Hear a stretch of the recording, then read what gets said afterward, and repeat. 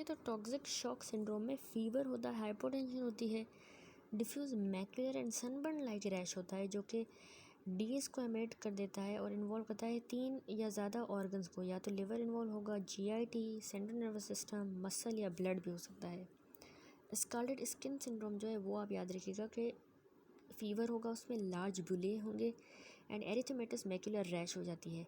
Large area skin के slow होते हैं, सीरियस फ्लूइड उसमें से एक्सुडेट करता है और इलेक्ट्रोलाइट का इम्बैलेंस हो जाता है। हेयर और नेल्स भी लॉस्ट हो जाते हैं। इसमें ना 7 से 10 दिन में यूजुअली रिकवरी होती है और सिंड्रोम जो है वो बच्चों में ज़्यादातर होता है।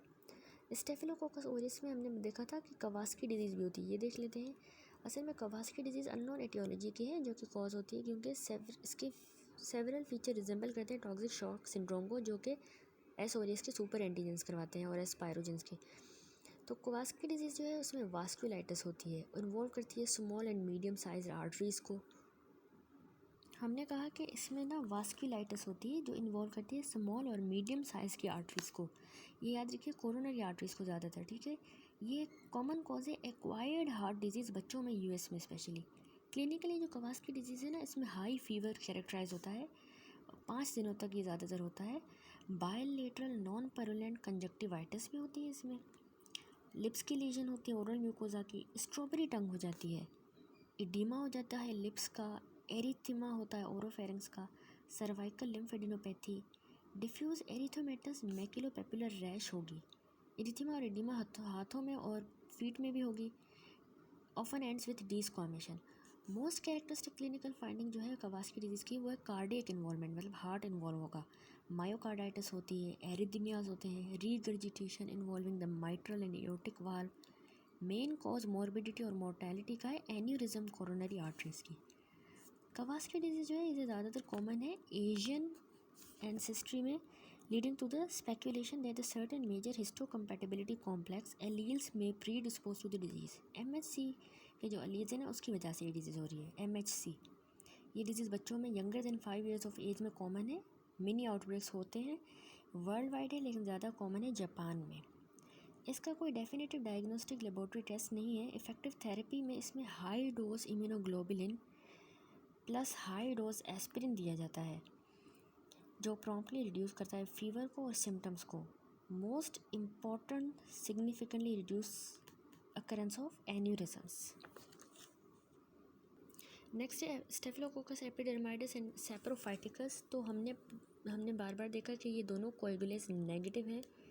स्टेफिलोकोकाई ऑफ मेडिकल इंपॉर्टेंस है, एस एपिडर्माइडिस एंड सैप्रोफाइटिकस। एपिडर्माइडिस इन्फेक्शन जो है ज़्यादातर हॉस्पिटल एक्वायर्ड होते हैं, जबकि सैप्रोफाइटिकस जो है कम्युनिटी एक्वायर्ड। ये इंपॉर्टेंट पॉइंट। एपिडर्माइटिस जो है वो पार्ट है ह्यूमन नॉर्मल फ्लोरा का। स्किन में हमें पता है, म्यूकस मेम्ब्रेन में होता है, लेकिन ब्लड में चले जाएंगे, बैक्टीरिया में हो जाएगी और मेटास्टेटिक इन्फेक्शन करा देते हैं, स्पेशली साइट ऑफ इम्प्लांट्स पे। ये कॉमनली इन्फेक्ट करते हैं हमारे आईवी कैथेटर्स को, प्रोस्थेटिक इम्प्लांट्स को, प्रोस्थेटिक हार्ट वाल्व्स को, एंडोकार्डाइटिस हो जाती है, वास्कुलर ग्राफ्ट्स को भी अफेक्ट करते हैं, प्रोस्थेटिक जॉइंट्स को, आर्थराइटिस एंड ऑस्टियोमाइलाइटिस हो सकती है। एपिडर्माइटिस जो है ना, ये मेजर कॉज है सेप्सिस का नियोनेट्स में, और peritonitis in the patients with renal failure, जो जिनमें पेरिटोनियल डायलिसिस हो रही होती है, इंडवेलिंग कैथेटर लगा होता है तो उनमें पेरिटोनाइटिस कराता है, और बच्चों में सेप्सिस कराता है। मोस्ट कॉमन बैक्टीरियम है सीएसएफ शंट इन्फेक्शन का। एपिडर्माइटिस के जो स्ट्रेन्स हैं ना, प्रोड्यूस करते हैं एक ग्लाइकोकैलिक्स जो कि मोस्ट लाइकली है to adhere to the prosthetic implant material, और इसीलिए ये लाइकली है to infect the implants than the strains that do not produce the glycocalyx. Hospital personnel major reservoir है antibiotic resistant strain of the epidermidis की। अब सेप्रोफाइटिकस के बारे में इतनी सी पॉइंट्स लिखिए कि यूटीआई करवाता है सेक्सुअली एक्टिव यंग वुमेन में ज़्यादातर। इसका इन्फेक्शन जो है मोस्ट वुमेन जो है वो इसमें इन्फेक्ट होती है had sexual intercourse with in previous 24 hours.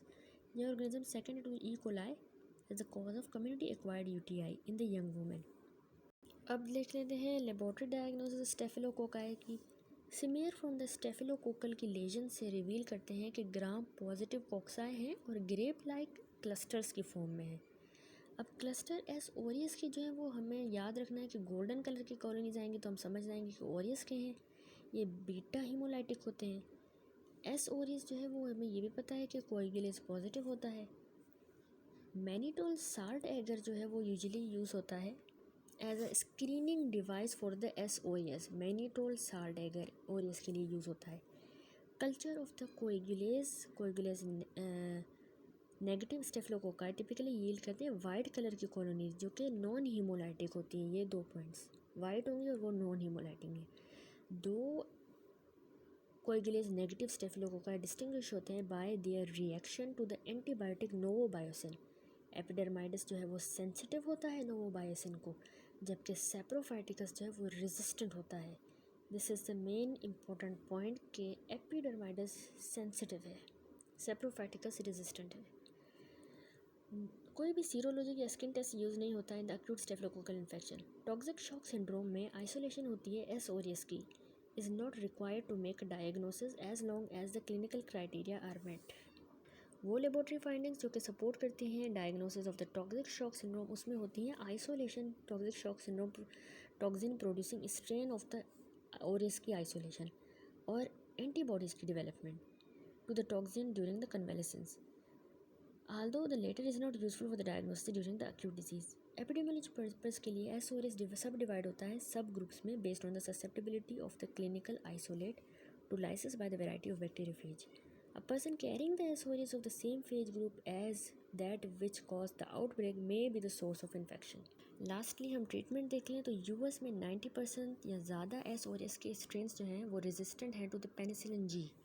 Most of these strain produce करते हैं बीटा लैक्टमेज, मतलब ये S aureus के जो बैक्टीरियाज हैं ये बीटा लैक्टमेज प्रोड्यूस करते हैं। तो ऐसे जो ऑर्गेनिज्म है उनको बीटा लैक्टमेज रेजिस्टेंट पेनिसिलिन दी जाती है, जैसे नेफिसिलिन या क्लॉक्सासेलिन, कुछ सिफेलोस्पोरेंस या वेनकोमाइसिन।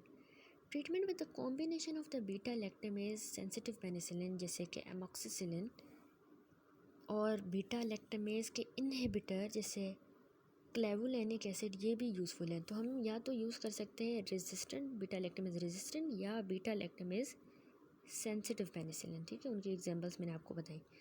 अप्रोक्सीमेटली 20% जो S aureus के स्ट्रेन्स हैं वो मेथिसिलिन रेजिस्टेंट है। 90% पेनिसिलिन को रेजिस्टेंट है और 20% जो है वो मेथिसिलिन रेजिस्टेंट या नेफिसिलिन रेजिस्टेंट है by the virtue of the altered penicillin binding proteins. ये रेजिस्टेंट स्ट्रेन जो है S aureus के वो एब्रीवेट होते हैं मरसा या नरसा रिस्पेक्टिवली। कुछ ऑर्गेनिज्म प्रोड्यूस करते हैं sizable outbreak of the disease especially hospitals में। Drug of choice for these staphylococci is vancomycin to which gentamicin is sometimes added. Daptomycin भी यूज़फुल है।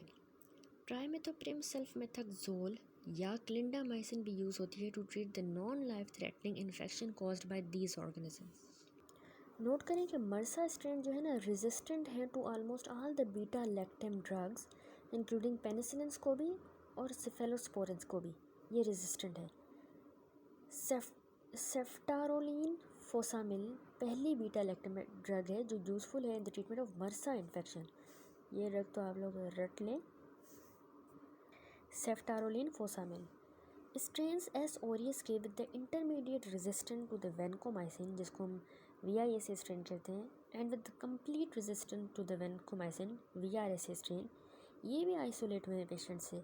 तो ये स्ट्रेन जो है ना टिपिकली मेथिसिलिन नेफिसिलिन रेजिस्टेंट भी होते हैं जो इनको वेरी डिफ़िकल्ट करा देता है टू ट्रीट।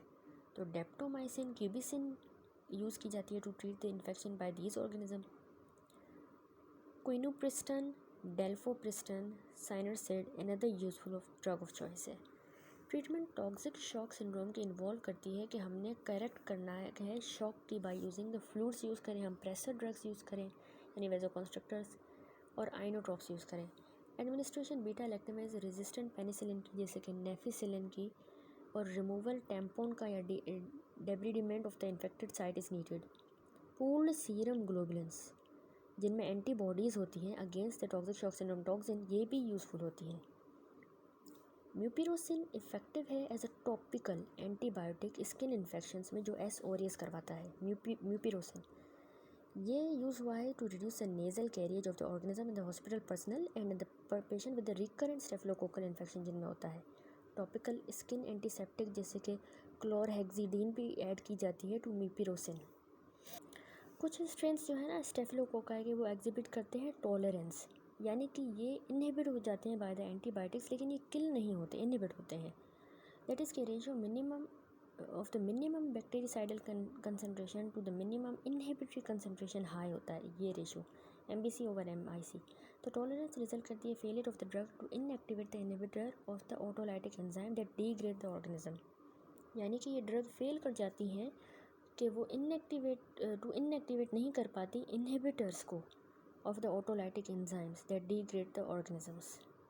जो टॉलरेंट ऑर्गेनिज्म है तो उनको ट्रीट करना चाहिए ड्रग के कॉम्बिनेशंस के साथ। ड्रेनेज अब देखें तो स्पॉन्टेनियस या सर्जिकल ये भी ट्रीटमेंट में आता है। ये कॉर्नर स्टोन है एब्सेस ट्रीटमेंट का। इंसीजन और ड्रेनेज की जाती है, सफिशिएंट होती है treatment of the skin abscess जैसे फरंकल या बॉयल्स की। एंटीबायोटिक ज़रूरी नहीं होते इस केस में। प्रीवियस इन्फेक्शन प्रोवाइड करता है only partial immunity to reinfection. Epidermidis जो है ना वो हाईली एंटीबायोटिक रेजिस्टेंट है। एपिडर्माइटिस की अब बात हो रही है। मोस्ट स्ट्रेन्स जो हैं वो बीटा लैक्टेमेज प्रोड्यूस करते हैं, लेकिन सेंसिटिव होते हैं तो बीटा लैक्टेमेज रेजिस्टेंट ड्रग्स को जैसे कि नेफिसिलिन, तो इसको रेजिस्टेंट होते हैं, तो इनको मेथिसिलिन सेंसिटिव स्ट्रेन कहा जाता है। कुछ स्ट्रेन से मेथिसिलिन नेफिसिलिन रेजिस्टेंट स्ट्रेन होते हैं क्योंकि अल्टर्ड पेनिसिलिन बाइंडिंग प्रोटीन्स की वजह से। ड्रग ऑफ चॉइस वेनकोमाइसिन है विच आइदर रिफाम्पिन या अमाइनोग्लाइकोसाइड भी ऐड की जाती है। रिमूवल कैथीटर का या ड्रग या किसी और डिवाइस का नेसेसरी होता है। सेप्रोफाइटिकस यूटीआई कराता है तो वो ट्रीट किया जाता है ट्राइमेथोप्रिम सल्फमेथाक्सोल से या क्विनोलोन से जैसे सिप्रोफ्लॉक्सासिन। लास्ट में हम पढ़ेंगे प्रिवेंशन। स्टेफिलोकोकस को प्रिवेंट किया कैसा जाए। वैक्सीन नहीं है स्टेफिलोकोकाई के खिलाफ। क्लीनलीनेस, फ्रीक्वेंट हैंड वॉशिंग होनी चाहिए। एसेप्टिक मैनेजमेंट होनी चाहिए लेजेंट्स की to control the spread of S aureus. Persistent colonisation nose की बाय द एस ओरियस कम की जा सकती है बाय द इंट्रानेजल हम म्यूपिरोसिन दें अगर, या ओरल एंटीबायोटिक्स जैसे सिप्रोफ्लॉक्सासिन या ट्राइमेथोप्रिम सल्फमेथाक्सोल, लेकिन it is difficult to eliminate completely. Shedders जो होते हैं ना may have to be remove from the high risk areas जैसे ऑपरेटिंग रूम से, न्यूबॉर्न नर्सरी से उनको दूर रखा जाए। सेफाजोलिन यूज़ होती है perioperatively to prevent the staphylococcal surgical wound infection.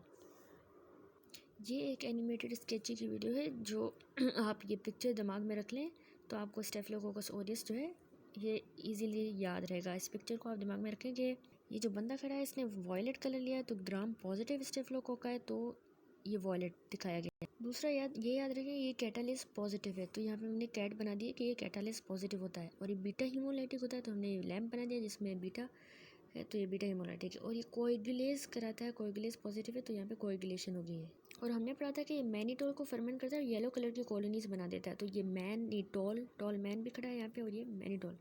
ये ए का मतलब है ये प्रोटीन ए है और ये एंटीबॉडी के किसी पोर्शन के साथ बाइंड कर रही है, FC पोर्शन के साथ बाइंड करती है IgG एंटीबॉडी के, तो ये मतलब प्रिवेंट करती है एक्टिवेशन ऑफ द कॉम्प्लीमेंट, तो जिसके नतीजे में C3b भी प्रोड्यूस नहीं होता, ऑप्सोनाइजेशन भी नहीं होती, फैगोसाइटोसिस भी नहीं होती। इसमें इसकी नाक नहीं दिखाएगी, उसको यहाँ शो किया गया, इसका मतलब ये नोज़ को और ये जो है कोलोनाइज करता है।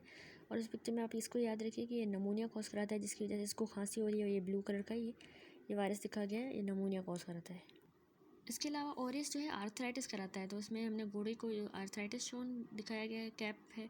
एप्सिस भी कॉज कराता है तो इसको हमने रेड कलर का ये शो किया एप्सिस हो रही। और ये ना ट्राइकस्पिड वॉल को स्पेशली अफेक्ट करता है, ये 3 पिरामिड बनाए हैं और ये एंडोकार्डाइटिस कराता है। इसके अलावा ये बोन्स हमने दिखाई है फिश की, तो ये ऑस्टियोमाइलाइटिस कॉज कराता है। यहाँ पे इसको सनबर्न हो रहा है, इसको गर्मी लग रही है, तो हमने ये यहाँ पे स्कार्लेट स्किन सिंड्रोम शो किया है कि ये भी होता है इसमें। इसके अलावा ये सुपर एंटीजन है तो उसको हमने स्कार्फ पहना दिया है। इसमें वॉमिटिंग होती है, ये मीट वगैरह ऐसी चीज़ें खाने की वजह से वॉमिटिंग डायरिया होता है तो उसको वॉमिटिंग दिखाई गई है।